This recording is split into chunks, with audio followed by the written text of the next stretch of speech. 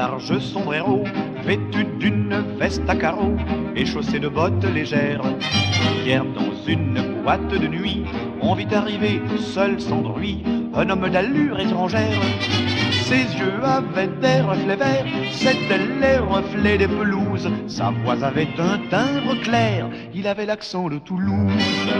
Un peu plus tard, quand il sortit, en donnant son ticket de vestiaire, la dame du vestiaire lui dit cette phrase très singulière.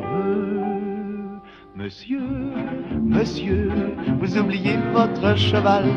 Ne laissez pas ici cet animal, il y serait vraiment trop mal. Monsieur, monsieur, pour un pur sang dans un vestiaire, c'est triste de passer la nuit entière sans même coucher sur une litière. Comme il s'ennuyait et comme il bâillait, je chantais pour qu'il soit sage. Comme il avait faim, que j'avais plus de pain, j'ai donné un peu de potage. Monsieur, monsieur, chose pareille est anormale. Ne laissez pas ici cet animal, vous oubliez votre cheval. 50 ans plus tard, le jockey à ses petits-enfants expliquait aux deux aventures invraisemblables. Il avait un sourire amer, et comme il se croyait loup de mer, il jurait et crachait à table. Tout en mâchonnant un mégot, il y allait de son bavardage. Il ne parlait que de cargo, de tempête et d'abordage.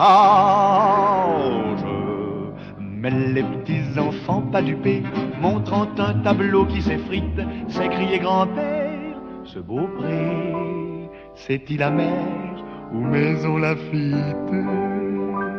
Grand-père, grand-père, vous oubliez votre cheval. Vous nous menez en bateau, c'est normal, mais vous n'êtes pas amiral.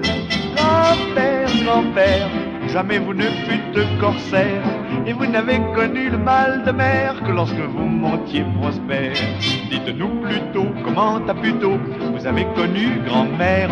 Comment à Paris, le soir du Grand Prix, vous êtes foutu la gueule par terre? Grand-père, grand-père, vous n'êtes pas un vieux loup de mer, vous n'êtes pas non plus un amiral, vous oubliez votre cheval.